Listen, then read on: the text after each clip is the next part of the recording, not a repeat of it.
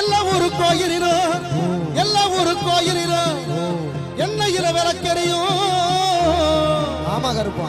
காஞ்சியிலே காமாட்சியா, மதுரையிலே மீனாட்சியா, அந்த சமயபுரத்திலே முத்துமாரியா, நமது கவரங்குள எல்லையிலே விட்டிருக்கின்ற இந்த 18ஆம் பிள்ளை காளியம்மன் ஆலயத்திலே பச்சை தண்ணியிலே